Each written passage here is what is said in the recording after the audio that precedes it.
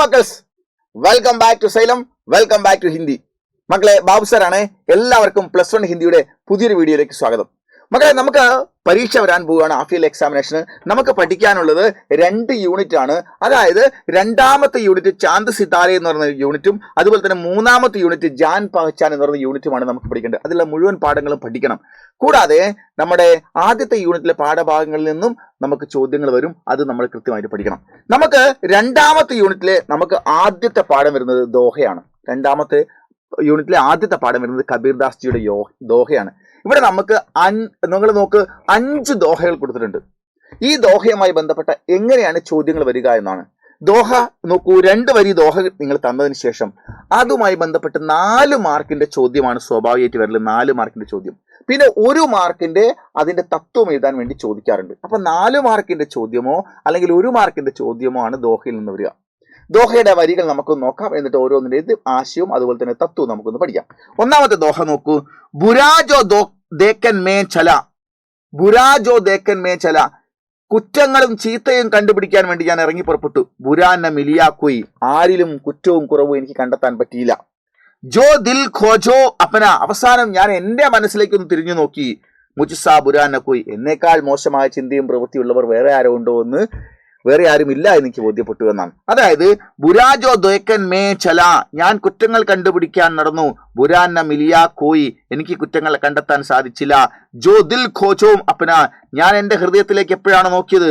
മുച്ചുസ ബുരാന കോയി, എന്നേക്കാൾ കുറ്റക്കാരായി ആരുമില്ലെന്ന് കണ്ടു. എന്ന് പറഞ്ഞാൽ നാം നമ്മെ ശുദ്ധീകരിക്കാതെ മറ്റുള്ളവരെ കുറ്റം പറയാൻ വേണ്ടിയാണ് പോകുന്നത് എന്നുള്ളതാണ്. അപ്പോൾ അവനവന്റെ പ്രധാനപ്പെട്ട കടമ നമ്മെ ശുദ്ധീകരിക്കാൻ. ലോകത്ത് ജനിച്ച എല്ലാ മനുഷ്യരും അവനവനെ ശുദ്ധീകരിച്ചാൽ ലോകം നന്നാക്കാൻ ആരും ഇറങ്ങി പുറപ്പെടേണ്ടി വരില്ല എന്നുള്ളതാണ്. അപ്പോൾ ഓരോരുത്തർക്കും വലിയ ഉത്തരവാദിത്വം ലോകം നന്നാക്കുക എന്നതിനേക്കാൾ അവനവനെ നന്നാക്കുക എന്നുള്ളതാണ്. അങ്ങനെ എല്ലാവരും ചെയ്തു കഴിഞ്ഞാൽ ലോകം നന്നാക്കാൻ ആരും വരേണ്ടി വരില്ല എന്നും ഓരോരുത്തരും ചെയ്യുന്ന പണി വളരെ സിമ്പിളായി മാറുകയും ചെയ്യും എന്നുള്ളതാണ്. ഇത്ര മനോഹരമായ വരികളാണ് കബീർദാസ് പറഞ്ഞിരിക്കുന്നത്. ഇതിനെ നിങ്ങൾ ആശയം എഴുതാൻ വേണ്ടി പറഞ്ഞാൽ, നിങ്ങൾ ഭാവാർത്ഥം എഴുതാൻ വേണ്ടി ചോദിച്ചാൽ കവി കവത്തഹെ, ഈ 2 വരി തന്നിട്ട് നിങ്ങൾ ഇങ്ങനെ എഴുതണം. കി എന്തെന്നാൽ ബുരേ ലോകോങ്കോ ഡൂണ്ടത്തെ വേ ചലേ, കബീർദാസ് സ്വയം തിന്മ നിറഞ്ഞ ആളുകളെ അന്വേഷിച്ചിറങ്ങി എന്നാണ് പറയുന്നത്. ലേക്കിൻ, അദ്ദേഹം അങ്ങനെ ഇറങ്ങിയിട്ടല്ല, അദ്ദേഹത്തിന്റെ ദോഹയുടെ മെസ്സേജ് ആണ് അങ്ങനെ. ലേക്കിൻ എന്നാൽ കൊയ് ബുര ആത്മീ നഹിമില, ഒരു ചീത്ത മനുഷ്യനെയും കണ്ടെത്താൻ പറ്റിയില്ല. അന്തമേ അവസാനം ഉനോനെ അപ്പനെ ദിൽമേ കോച്ച, അദ്ദേഹം തന്നിലേക്കൊന്നും അന്വേഷിച്ച് നോക്കി. അർത്ഥാത് അതായത് അപ്പനെ ബാരമേ സ്വച്ച, താൻ എന്തൊക്കെയാണ് ചിന്തിക്കാറ്, താൻ എന്തൊക്കെയാണ് പ്രവർത്തിക്കാറ്, താൻ എന്തൊക്കെയാണ് മോഹിക്കുന്നത്, താൻ എന്തൊക്കെയാണ് ആഗ്രഹിക്കുന്നത് എന്നുള്ള കാര്യങ്ങളെ കുറിച്ചൊക്കെ അദ്ദേഹം ചിന്തിച്ചു നോക്കി.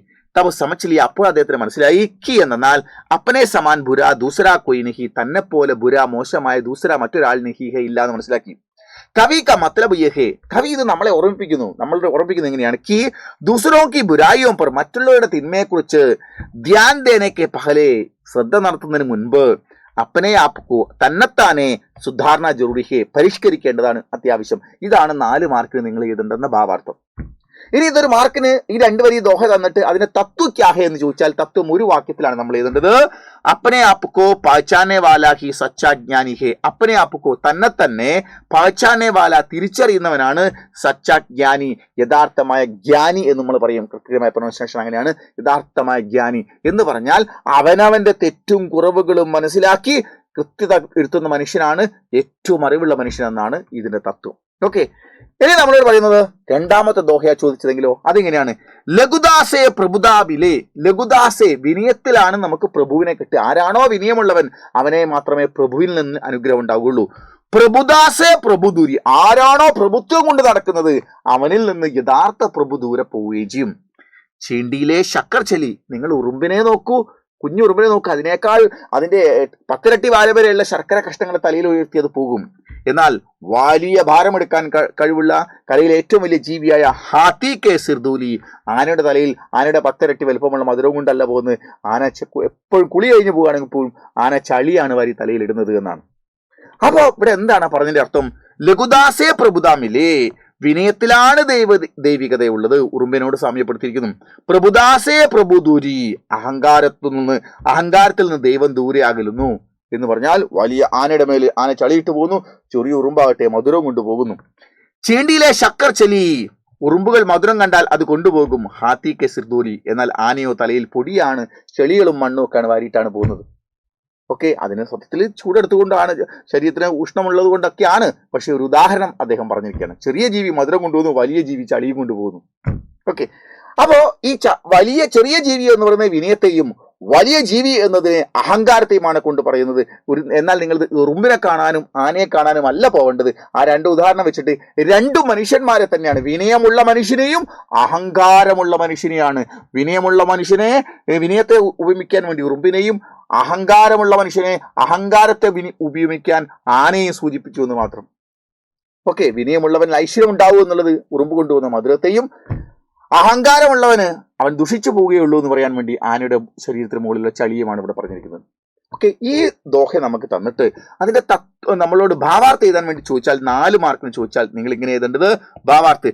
കവി കാത്തെ ഹേ, കവി പറയുന്നു, സിമ്പിൾ ആണ്, ഒറ്റ തവണ കേട്ടാൽ നിങ്ങൾക്ക് സുന്ദരമായിട്ട് എഴുതാൻ പറ്റും. നോക്കൂ മക്കളെ, കവി കാത്തെ കവി പറയുന്നു കി എന്നാൽ ഹം വിനമ്രത ദിഖായത്തോ, നാം വിനയത്വം കാണിക്കുകയാണെങ്കിൽ ഹമേ ഈശ്വരീയത്വമിലേക്ക, നമുക്ക് ദൈവാനുഗ്രഹം കിട്ടും. ആരോടാണ് നമ്മൾ വിനയത്വം കാണിക്കേണ്ടത്? ദൈവത്തിനോടല്ല. ഭൂമിയിലെ സകല ജീവജാലങ്ങളോടും നാം വിനയം കാണിക്കുക. അതിന്റെ അർത്ഥം അത് ദൈവത്തോട് കാണിക്കുന്ന സമയത്ത്, തന്റെ സൃഷ്ടാവിനോട് വിനയം കാണിക്കുമ്പോൾ അത് തന്നോട് കാണിക്കുന്നതായിട്ട് ദൈവം പരിഗണിക്കും. ഓക്കെ, അപ്പൊ നമ്മൾ ആരാണോ മറ്റുള്ളവരോട് വിനയം കാണിക്കുന്നത് അവർക്ക് ഈശ്വരീയത്വമിലേക്ക്, അവനിൽ നിന്ന് ഈശ്വരൻ അനുഗ്രഹങ്ങൾ ചുരിഞ്ഞു കൊടുക്കും. ലേക്കിൻ എന്നാൽ ഹം അഹങ്കാർ ദിക്കായത്തോ, നാം അഹങ്കാരം കാണിക്കുകയാണെങ്കിൽ ഈശ്വർ ദൂർ രഹിക, ഈശ്വരൻ നമ്മുടെ അടുത്ത് പോലും വരില്ല, അനുഗ്രഹം തരില്ല. ഉദാഹരൺ കെ രൂപമേ, അതിലൊരു ഉദാഹരണം എന്ന രൂപത്തിൽ കവി കാത്തെ കവി പറയുന്നു കി എന്നാൽ ചോട്ടി ചീണ്ടി ചെറിയ ഉറുമ്പുകൾ ഉസ്സേ ബഡാ ശക്കർ ലേക്കർ ചൽത്തി, അതിനേക്കാൾ വലിയ ഭാരമുള്ള മധുരവും കൊണ്ടാണ് പോകുന്നത്. ലേക്കിൻ ബഡീ ശരീർ വാലെ ഹാത്തി കെ സിർ പർ, എന്ന വലിയ ശരീരമുള്ള ആനയുടെ തലയുടെ മുകളിൽ മലിൻ ധൂൾ ഹേ, മലിനമായ ധൂൾ പൊടികളും ചളികളാണുള്ളത്. കവി ക മത്ലബ്, ഈ കവി താരതമ്യത്തിന്റെ ഉദ്ദേശിക്കുന്നത് എങ്ങനെയാണ്? കി എന്നാൽ ഹം ദൂസരോം സേ വിനയക്കെ സാത്ത് വ്യവഹാർ കരയത്തോ, നാം മറ്റുള്ളവരോട് വിനയത്തോടുകൂടി പെരുമാറുകയാണെങ്കിൽ സദാ ഈശ്വർ സദാ ഹമാരെ സാത്ത് രഹേങ്കെ, ദൈവം എപ്പോഴും നമ്മുടെ കൂടെ നിൽക്കും. അഹങ്കാർ സേ ജിയത്തോ, നിങ്ങൾ അഹങ്കാരം മൊത്തം തലയ്ക്ക് പിടിച്ചാണ് ജീവിക്കുന്നതെങ്കിൽ ഈശ്വർ ഹമേ ചോടെങ്കെ, ഈശ്വരൻ നമ്മളെ പടുകുഴിയിലേക്ക് ഇടുക തന്നെ ചെയ്യും. ഓക്കെ, മൂല്യഹീൻ ആധ്യാത്മികത പർ, ഒരു വിലയുമില്ലാത്ത ആധ്യാത്മികത എന്ന് പറഞ്ഞാൽ പത്രാസ് കാണിക്കുന്ന ആധ്യാത്മികതയിലൊന്നും ഒരു കാര്യമില്ല. ആധ്യാത്മികത കരുണ ഉണ്ടായിരിക്കുക എന്നുള്ളതാണ് ഏറ്റവും വലിയ ആധ്യാത്മികത. കരുണ ആരോടുണ്ടായിരിക്കുക? സഹജീവികളോടുണ്ടായിരിക്കുക. അതാണ് ഏറ്റവും വലിയ ഭക്തി. അപ്പൊ അത് ഇങ്ങനെ പറയുന്നു നോക്കൂ, മൂല്യഹീൻ ആധ്യാത്മികത എന്ന് പറഞ്ഞാൽ വിശക്കുന്നവൻ ആഹാരം കൊടുക്കാതെ നമ്മൾ ദൈവത്തിന് പ്രസാദം അർപ്പിക്കുന്നതുകൊണ്ട് കാര്യമില്ല. വിശക്കുന്ന ചോർന്നൊലിക്കുന്നവന് ഒരു കൂര കെട്ടിക്കൊടുക്കാൻ സഹായം ചോദിക്കുമ്പോൾ അതിന് സഹായിക്കാതെ ദൈവത്തിന് കൊട്ടാരം പണിയാൻ വേണ്ടി, ടെമ്പിൾ പണിയാൻ വേണ്ടി കാശ് കൊടുക്കുന്നത് ദൈവം അനുഗ്രഹിക്കില്ല. അപ്പൊ അതുകൊണ്ട് നമ്മൾ ചെയ്യേണ്ടത് എങ്ങനെയാണ്? മൂല്യഹീൻ, വിലയില്ലാത്ത ആധ്യാത്മികത പറ്റൂല. അതാണ് മൂല്യഹീൻ ആധ്യാത്മികത അക്ബർ ആലോചന കർക്കെ, വിലയില്ലാതെ നമ്മൾ വെച്ചുലർത്തിപ്പോലുന്ന ആധ്യാത്മികതയെ കുറിച്ച് എന്താണ് ആലോചന കർക്കെ, ഒരു വിശകലനം നടത്തിയിട്ട് യഹാം കവി വിനമ്രതാക്കെ മഹത്വക്കെ ബാരേമേ ജ്ഞാൻ ദേത്തേ, ഇവിടെ കവി വിനയത്വത്തിന്റെ മഹത്വത്തിന് പ്രാധാന്യം നൽകുന്നു എന്നുള്ളതാണ്. ഇത് എഴുതി വെച്ചാൽ നമുക്ക് 4 മാർക്കാണ്. ഓക്കെ, എന്നിട്ട് ഇങ്ങനെ അഹം ദൂർ ഹോനേസെ മഹത്വപ്പെടുത്താഹേ, ഇതാണ് ഇതിന്റെ തത്വം. അഹം ഞാനെന്ന ഭാവം ദൂർ ഹോനേസെ ഇല്ലാതാകുമ്പോൾ മഹത്വപ്പെടുത്താഹേ, അയാളുടെ മഹത്വം വലുതാവുന്നു. ഞാനും നീയും എന്ന അഹംഭാവമില്ലാതെ, ഞാനെന്ന ആ ഭാവമില്ലാതെ ഞാനും നീയും ഒന്ന് തന്നെയാണ് എന്നുള്ള ആ വിനയത്തിലേക്ക് വരുമ്പോഴാണ് അവിടെ എന്താ ദൈവതുല്യനായി മാറുക എന്നൊക്കെ പറയില്ലേ, തത്വമസി, അത് നീയാകുന്നു. ദൈവതുല്യനായി മാറുക, ഒരാൾ ദൈവതുല്യനായി മാറുക എന്നുള്ളതാണ്. അതാണ് ദൈവതുല്യനാവാൻ കഴിയുമോ എന്നുള്ളതല്ല, ദൈവതുല്യനായി മാറുക. ദൈവം എന്താണ്? സ്നേഹമാണ്. നിങ്ങൾ സമ്പൂർണ്ണമായി ഗോഡ് ഈസ് ലവ്, സമ്പൂർണ്ണമായ സ്നേഹവും വിനിയവും കാരുണ്യവും ദൈവമൊക്കെയായി മാറുമ്പോൾ നിങ്ങളെ ദൈവതുല്യരായ ആളുകൾ റെസ്പെക്ട് ചെയ്യപ്പെടും. അപ്പോൾ നിങ്ങൾക്ക് ദൈവാനുഗ്രഹങ്ങൾ ഉണ്ടാവുകയും ചെയ്യും. ഇതാണ് മൂല്യമുള്ള ആധ്യാത്മികത എന്നാണ്. ഓക്കെ, ഇതാണ് മൂല്യമുള്ള ആധ്യാത്മികത. Okay, yes. ഇനി നമ്മളോട് ചോദിക്കുന്നത് മറ്റൊരു ദോഹയാണ്. 3ാമത്തെ ദോഹ എങ്ങനെയാണ്? വളരെ രസകരമായ സംഭവമാണ്, വളരെ സീരിയസ് ആയി നമ്മൾ ചിന്തിക്കേണ്ട ദോഹയാണ്. ദുഃഖമേ സുമിരൻ സബ് കരി, ദുഃഖമുണ്ടാകുമ്പോൾ സകല ആളുകളും ദൈവത്തെ വിളിക്കും. മരണവിളിയാ ദൈവത്തെ. ആ വിളിയിൽ വേറെ ആരെ വിളി ദൈവം കേൾക്കുക? ഇവന്റെ വിളി മാത്രമേ കേൾക്കുള്ളൂ. പക്ഷെ ഇവൻ എപ്പോഴാ വിളിക്കുക? ദുഃഖം ഉണ്ടാകുമ്പോൾ. ദുഃഖമേ സുമരൻ സബ് കരി, ദുഃഖമുണ്ടാകുമ്പോൾ മരണവിളിയാ ഇവൻ ദൈവത്തെ. വേറെ ആർക്കും വിളിക്കാനുള്ള സ്പേസ് പോലും കൊടുക്കില്ല. സുഖമേ കരയനെ പോയി, പക്ഷെ ഇവൻ സുഖം ഉണ്ടാകുമ്പോൾ ദൈവത്തെ മൈൻഡ് ചെയ്യുന്ന പരിപാടിയില്ല. ജോ സുഖമേ സുമരൻ കരേ, എന്നാൽ കവി പറയുന്നു, ആരാണോ സുഖമുണ്ടാകുമ്പോഴും ദൈവത്തെ വിളിക്കാൻ മറന്നു പോവാതിരിക്കുന്നവൻ തോ ദുഃഖ കാഹെ ഹുയി, അവനെ ദുഃഖത്തിന് വരുത്താൻ ഇട കൊടുക്കുകയല്ല ദൈവം എന്നാണ്. അപ്പൊ നിങ്ങൾ ആലോചിച്ച്, പാലം കടക്കുവോളം നാരായണ, പാലം കടന്നാലോ കൂരായണ എന്ന് പറയുന്ന സ്വഭാവം പാടില്ല. നാം പ്രതിസന്ധി ഉണ്ടാകുമ്പോൾ മരണവിളി ദൈവത്തെ, അപ്പോൾ വേറൊരാളും വിളിക്കുന്നത് വിളി കേൾക്കണ്ട, എന്റെ വിളി മാത്രം ദൈവം കേട്ടാൽ മതി എന്നുള്ള രീതിയിൽ ആർത്തുള്ള വിളിയും. എന്നാൽ സുഖമുണ്ടാകുമ്പോൾ ദൈവമെന്ന് പറയുന്ന ഒരു വിചാരം പോലും ഇല്ലാത്ത ഈ ജീവി ഇവൻ ഇങ്ങനെ ജീവിക്കുകയും ചെയ്യുന്നു. അപ്പൊ അതുകൊണ്ട് നമ്മൾ അങ്ങനെ പാടില്ല. ദുഃഖമുണ്ടാകുമ്പോഴും ദൈവത്തെ വിളിക്കണം, സുഖമുണ്ടാകുമ്പോഴും ദൈവത്തെ വിളിക്കണം. അങ്ങനെ ഉള്ളവന് ലൈഫിൽ ദുഃഖമുണ്ടാവുകയില്ല എന്നാണ്. എങ്കിൽ ആരെങ്കിലും ദുഃഖം ഉണ്ടാവുന്നുണ്ടോ, അവൻ സുഖമുള്ളപ്പം വിളിക്കാത്തത് കൊണ്ടാണ്, ദൈവത്തെ ഓർക്കാത്തത് കൊണ്ടാണ് എന്നാണ്. എന്ന് പറഞ്ഞാൽ ഹം സദാ സമയിക്ക ഈശ്വർക്ക ചിന്ത മന്മേ രഖ്ന ചാഹിയേ, ഇതാണ്. അപ്പൊ നോക്ക്, ദുഃഖം വരുമ്പോൾ ദുഃഖമേ സുമരൻ സബ് കരി, ദുഃഖം വരുമ്പോൾ ദൈവത്തെ എല്ലാവരും ഓർക്കുന്നു. സുഖമേയും കരയുന്ന കൊയ്, സുഖത്തിൽ ആരും ഈശ്വരനെ ഓർക്കുന്നില്ല. ജോ സുഖമേ സുമരൻ കരി, ആരാണോ സുഖത്തിൽ ദൈവത്തെ ഓർക്കുന്നത്, തോ ദുഃഖ കാഹേ ഹോയി, ഒരിക്കലും അവന് ദുഃഖം ഉണ്ടാവുകയില്ല. ഇതാണ് ഇതിന്റെ അർത്ഥം. ഇതിന്റെ ഇനി ഭാവാർത്ഥം നമ്മൾ പോകേണ്ടത് നോക്കൂ. കബീർദാസ് പറയുന്നു കി എന്നാൽ ദുഃഖമേ ഹം സബ് ഈശ്വർ കാ സ്മരൺ കർത്തേ, ഇത് സത്യമാണ്. ദുഃഖമുണ്ടാ കവി നമ്മളെ ഓർപ്പിക്കുന്നു മാത്രം, ദുഃഖം ഉണ്ടാകുമ്പോൾ നമ്മളെല്ലാവരും ഈശ്വരനെ ഓർക്കുന്നു. ലേക്കിൻ സുഖക്കെ അവസർ പർ, പക്ഷേ സുഖമുണ്ടാകുമ്പോൾ കോയി ഈശ്വർ കാ സ്മരൺ നഹി കർത്തേ, ആരും ദൈവത്തെ സ്മരിക്കാറില്ല. കവി ചോദിക്കുന്നു കി എന്നാൽ ജോ ലോഗ് സുഖമേ ഈശ്വർ കാ സ്മരൺ കർത്തേ, ആരാണോ സുഖമുണ്ടാകുമ്പോൾ ഈശ്വരനെ സ്മരിക്കുന്നത്, തോ ഉൻകോ ദുഃഖ കൈസെ ഹോഗ, അങ്ങനെയുള്ളവരുണ്ടെങ്കിൽ അവന് ദുഃഖമേ ഉണ്ടാവുകയില്ല. അർത്ഥാത് അതായത് ഹമേഷ ഈശ്വര സ്മരൺമേ രഹിനേ വാലോങ്കു, അതായത് എപ്പോഴും ഈശ്വര ചിന്തയിൽ ജീവിക്കുന്നവർക്ക് ദുഃഖ കബീ നഹി ഹോത്ത, ദുഃഖം എന്ന് പറയുന്ന ഒരു വികാരം ഉണ്ടാവുകയില്ല, അവസ്ഥ ഉണ്ടാവുകയില്ല. യഹാം ജീവൻമേ, ഇവിടെ ജീവിതത്തിൽ ഈശ്വർ സ്മരൺ കി ജറൂറത്ത്, ദൈവചിന്തയുടെ പ്രാധാന്യം കവി ഹമേ സിഖാത്തെ, കവി നമ്മെ പഠിപ്പിക്കുകയാണ്. സച്ചി ആധ്യാത്മികതയ്ക്ക് മൂല്യപ്പർ, റിയലായ സത്യസന്ധമായ ആധ്യാത്മികതയുടെ മൂല്യത്തിന് കവി യഹാം പർ ബൽ ദേത്തെ, കവിയുടെ ബലം നൽകുന്നു. ഓക്കെ, എന്ന് നോക്കൂ. തത്വ സുഖ ഓർ ദുഃഖമേ ബി, സുഖമുണ്ടാകുമ്പോഴും ദുഃഖം ഉണ്ടാകുമ്പോഴും ഈശ്വർ കാ സ്മരൺ കർണാ ചാഹിയേ, ഈശ്വര സ്മരണ ഉണ്ടായിരിക്കണം എന്നുള്ളതാണ്. ഓൾവേസ് ഈശ്വര സ്മരണ ഉണ്ടായിരിക്കണം എന്നുള്ളതാണ് ഈ ദോഹ നമുക്ക് നൽകുന്ന തത്വം. ഭാവാർത്ഥമാണ്. മുകളിൽ 4 മാർക്ക് നമ്മൾ ഡീറ്റെയിൽ ആയി മുകളിൽ പഠിച്ചു, ഇതിന് 1 മാർക്കാണ്. ഓക്കെ, ഈ കബീർദാസിന്റെ മറ്റൊരു ദോഹയെ നോക്കൂ, 4ാമത്തെ ദോഹ. ഇത് നോക്ക്. കാമി ക്രോധി ലാലച്ചി ഇത്തനി ഭക്തി നഹോയി, ഭക്തി കരേ കോയി സുരമ ജാതി ബരൻ കുൽഖോയി. എത്ര മനോഹരമായിട്ടാണ് കൊടുത്തിരിക്കുന്നത്. കാമി ക്രോധി ലാലച്ചി, ദുസ്വഭാവക്കാരനും കോപിഷ്ടനും കൊതിയനും, ഇത്തനി ഭക്തി നഹോയി, ഒരിക്കലും ഭക്തനാവൂല. ദുസ്വഭാവമുള്ളവൻ, അതുപോലെ തന്നെ ക്രോധമുള്ളവൻ, ലാലച്ചി അത്യാഗ്രഹമുള്ളവൻ, മറ്റുള്ളവർക്ക് ഉണ്ടാവുന്നത് കാണുമ്പോൾ അസൂയ ഉണ്ടാവുന്നവൻ, ഇവനൊന്നും ഭക്തനല്ല. അവന്റെ മനസ്സിൽ ദൈവത്തോട് എത്ര കാരുണ്യം ഉണ്ടായിട്ടും കാര്യമല്ല. അവൻ എന്തല്ല, അവൻ ഒരിക്കലും ഭക്തനാവുകയില്ല. ഭക്തി കരേ കോയി സുരമ, ജാതി നിറം കുലം ശ്രദ്ധിക്കാത്തവനാണ് ധീരൻ. ജാതി ഭരൻ കുലൻ നഖോയ്, ജാതി ചിന്തകളൊന്നുമില്ലാത്തത്. ഭക്തി കരേ കോയി സുരമ, അവന്റെ മനസ്സിലാണ് യഥാർത്ഥ ഭക്തി വളരുക. എന്ന് പറഞ്ഞാൽ ജാതി ചിന്തയോ മതചിന്തയോ അവൻ ഉയർന്നവനാണ്, അല്ലെ ഞങ്ങൾ ഉയർന്നവരാണ്, ഇവനൊക്കെ നീചനാണ് എന്നുള്ള സങ്കല്പക്കാരോ, ഞാൻ ദൈവത്തിന്റെ സ്വന്തം ആളാണ്, ഇവർ ദൈവത്തിന്റെ സ്വന്തം ആരും അല്ല എന്നൊക്കെ വകഭേദങ്ങൾ വെച്ച് പുലർത്തുന്ന മനസ്സുള്ളവർ ഒരിക്കലും ഭക്തനാവുകയില്ല എന്നാണ്. എന്ന് പറഞ്ഞാൽ ജാതി ചിന്ത, മനുഷ്യഭേദ ചിന്ത, ഇതൊന്നുള്ളവൻ ഒരിക്കലും എന്തല്ല, ഭക്തനല്ല എന്നുള്ള ഏറ്റവും പോസിറ്റീവായ കാര്യമാണ് അദ്ദേഹം പറയുന്നത്. കബീർദാസ് പറയുന്നു, ഇപ്പൊ ദൈവത്തിന് ജാതിയും മതവുമില്ല, ദൈവത്തിനുള്ളത് സ്നേഹമാണ്. അപ്പൊ നിങ്ങൾ സ്നേഹമുള്ളവനാണോ, ദൈവം തന്നോട് ചേർത്ത് നിർത്തും നിങ്ങളെ. അപ്പൊ അങ്ങനെയായി മാറുക എന്നുള്ളതാണ്. അപ്പൊ നിങ്ങൾ കാമം ക്രോധം ലോഭം മോഹം അസൂയ കുശുംബേഷണി മുതലായവ നിങ്ങളുടെ മനസ്സിൽ നിന്ന് ആദ്യം തന്നെ നിങ്ങൾ വലിച്ചെറിയുക, എങ്കിലേ നിങ്ങളൊരു ഭക്തനാവുകയുള്ളൂ എന്നുള്ളതാണ്. സത്യത്തിൽ ചില ആളുകള് ദൈവത്തിന് ആരാധന നടത്തുന്നു, ആരാധനാലയ കേന്ദ്രങ്ങളിലേക്ക് പോകുന്നു സ്വന്തം കാര്യം നേട്ടത്തിന് വേണ്ടി മാത്രം പറയാൻ വേണ്ടിയിട്ടാണ്. അല്ലാതെ ദൈവമേ എനിക്ക് മറ്റുള്ളവനെ സഹായിക്കാനുള്ള അനുഗ്രഹം നൽകണമേ എന്ന് പ്രാർത്ഥിക്കാനല്ല. ദൈവമേ എന്നെ കേൾക്കണമേ, എനിക്ക് സുഖം നൽകണേ, തരണേ, എന്നെ ഇങ്ങനെ ആക്കി തരണമേ എന്നുള്ള സ്വാർത്ഥത നിറഞ്ഞുകൊണ്ടാണ് അവൻ ദൈവത്തിനോട് സൂചിപ്പിക്കുന്നത്. ദൈവത്തിന്റെ പിന്നാലെ തോണ്ടി ഇങ്ങനെ സ്വാർത്ഥത പറഞ്ഞുകൊടുക്കുക, അതല്ല നമുക്ക് വേണ്ടത്. നമുക്ക് മറ്റുള്ളവരെ പഠിപ്പിക്കാനുള്ള അറിവ് നൽകണമേ, മറ്റുള്ളവരെ സഹായിക്കാനുള്ള സമ്പത്ത് നൽകണമേ, മറ്റുള്ളവരെ സഹായിക്കാനുള്ള ആരോഗ്യം നൽകണമേ എന്ന ചിന്തയോടുകൂടി പ്രവർത്തിക്കണം. അപ്പോഴാണ് അത് യഥാർത്ഥമായ മൂല്യമുള്ള ഭക്തിയായി മാറുന്നത് എന്നാണ്. ഓക്കെ, ഞാനൊരു കഥ പറയാം. നമ്മൾ ബസ്സിൽ ഇങ്ങനെ യാത്ര ചെയ്യാം. 45 പേരുണ്ടെന്ന് വിചാരിച്ചോ ബസ്സിൽ. ഒരു പോസിറ്റീവ് പ്രാർത്ഥനയുടെ കാര്യം പറയാം. 45 പേരുണ്ടെന്ന് വിചാരിച്ചോ, നമ്മൾ ബസ്സിൽ യാത്ര ചെയ്യാം. അപ്പൊ 45 പേരും പ്രാർത്ഥിക്കുകയാണ്, ദൈവമേ എന്നെ രക്ഷിക്കണേ, എന്നെ രക്ഷിക്കണേ, എനിക്കൊരു അപകടവും പറ്റരുത്, ഈ യാത്രയിൽ എനിക്കൊരു അപകടവും പറ്റരുത്, എന്നെ രക്ഷിക്കണമേ എന്ന്. ഓക്കെ, ദൈവം 45 പേരുടെയും പ്രാർത്ഥന കേൾക്കണ്ടേ? എന്നാൽ ഈ 45 പേരും കൂടി ഒരു പ്രാർത്ഥന നടത്തിയാലോ? എങ്ങനെ? ദൈവമേ ഈ ബസ് ഓടിക്കുന്ന ഡ്രൈവർക്ക് നല്ല ചിന്ത കൊടുക്കണമേ എന്ന്. അവിടെ 45 പേരും രക്ഷപ്പെട്ടു. അപ്പോൾ താനും രക്ഷപ്പെട്ടു. മറ്റേ തന്നെ രക്ഷിക്കണമെന്ന് പറയുമ്പോൾ തൊട്ടടുത്ത ആളുടെ കാര്യം അതിൽ വരുന്നില്ല. 45 പേര് പ്രാർത്ഥിക്കുക, ഡ്രൈവർക്ക് നല്ല ചിന്ത കൊടുക്കണമെന്ന്. അവിടെ നിന്ന് ഇങ്ങോട്ട് വരുന്ന ഒരു വാഹനം ഉണ്ടെങ്കിൽ ആ വാഹനത്തിലെ ഡ്രൈവർമാർ ആ ഡ്രൈവർക്ക് നല്ല ചിന്ത കൊടുക്കണമെന്ന്.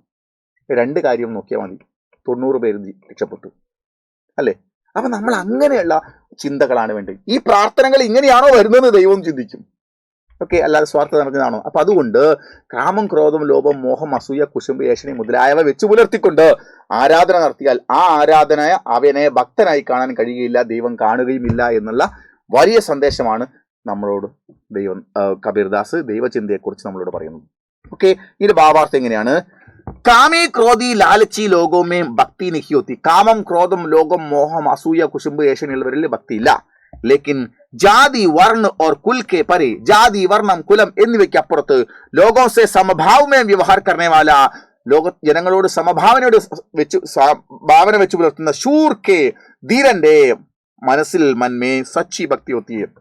തന്റെ മുൻപിൽ കിടക്കുന്ന സകല ജീവജാലങ്ങളോടും തുല്യ മനോഭാവത്തോടെ സ്നേഹം പ്രകടിപ്പിക്കപ്പെടുന്നു. അത് ഏത് ജീവിയോടായാലും തുല്യ മനോഭാവത്തോടെ മനുഷ്യന്മാരെ ജാതിമത വ്യത്യാസമില്ലാതെ പ്രകടിപ്പിക്കുന്നവൻ അവനാണ് യഥാർത്ഥ ദൈവതുല്യനായ മനുഷ്യൻ, അവനാണ് യഥാർത്ഥ ഭക്തൻ എന്നാണ്.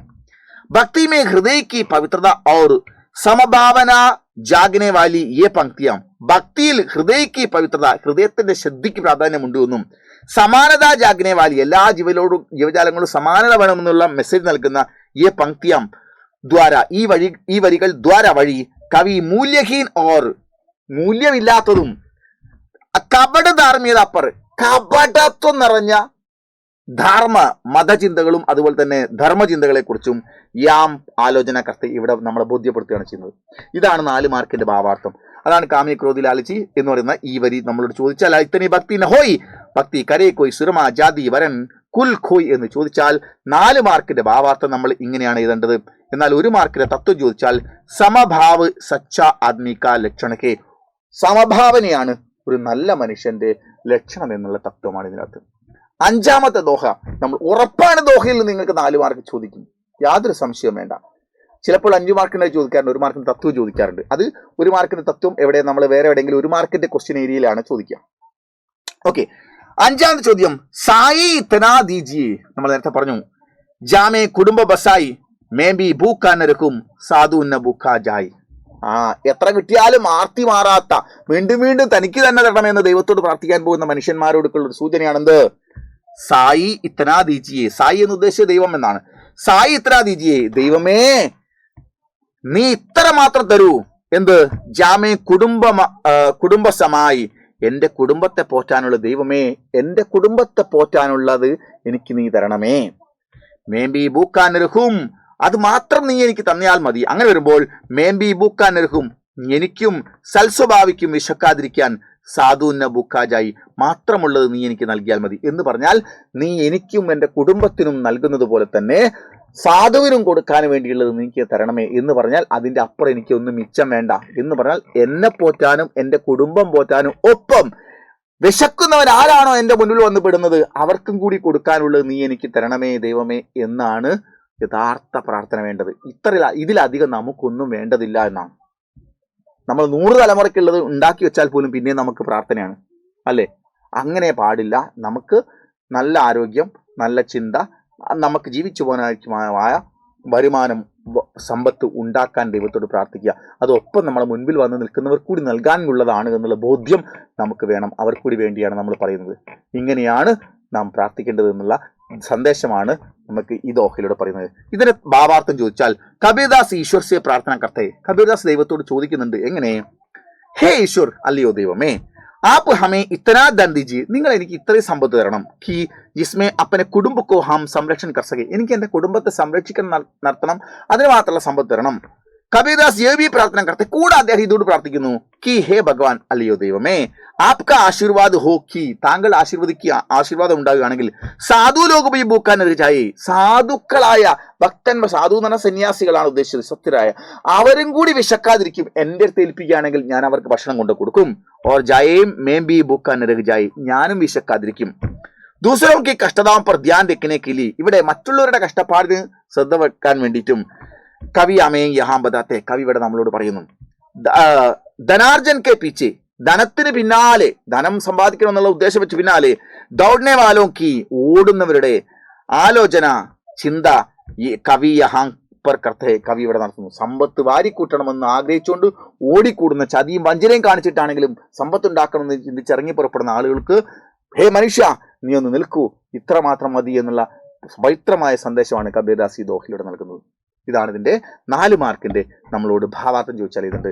തത്വം ചോദിച്ചാൽ ഈ തത്വം ചോദിച്ചാൽ ദൂസരോं की കഷ്ടതാओं पर ध्यान रखना भी हमारा कर्तव्य है. മറ്റുള്ളവരുടെ കഷ്ടപ്പാട് പരിഹാരമുണ്ടാക്കലും നമ്മുടെ കടമയാണ്. നമ്മുടെ കഷ്ടപ്പാടിന് പരിഹാരമുണ്ടാക്കാൻ ദൈവത്തോട് പ്രാർത്ഥിക്കൽ മാത്രമല്ല മറ്റുള്ളവരുടെ കഷ്ടപ്പാടിന് പരിഹാരമുണ്ടാക്കലും തന്റെ കടമയാണ് എന്നുള്ളത് ബോധ്യപ്പെടുത്താനാണ് കബീർദാസ് ദോഹയിലൂടെ തരുന്നത്. ഓക്കെ മക്കളെ, അപ്പൊ ഈ ദോഹകൾ കൃത്യമായിട്ട് പഠിക്കുക. ഇതുപോലെ 5 ദോഹകളിൽ നിന്ന് കൃത്യമായിട്ട് നിങ്ങൾക്ക് 5 മാർക്കിന്റെ ചോദ്യം ഉറപ്പാണ്. 4 മാർക്കിന്റെ ഒരു ഭാവാർത്ഥം ചോദിക്കും, 1 മാർക്കിന്റെ ക്വസ്റ്റ്യൻ ഏരിയയിൽ 1 മാർക്കിന്റെ തത്വം എഴുതാൻ വേണ്ടി ചോദിക്കും. അതുകൊണ്ട് ഇത്രയും നിങ്ങൾ പഠിച്ചു കഴിഞ്ഞാൽ 5 മാർക്ക് സെറ്റ്. ഓക്കെ, അപ്പൊ നമുക്ക് മറ്റൊരു വീഡിയോയിൽ മറ്റൊരു ചാപ്റ്ററുമായിട്ട് ഞാൻ വരാം. Okay, by.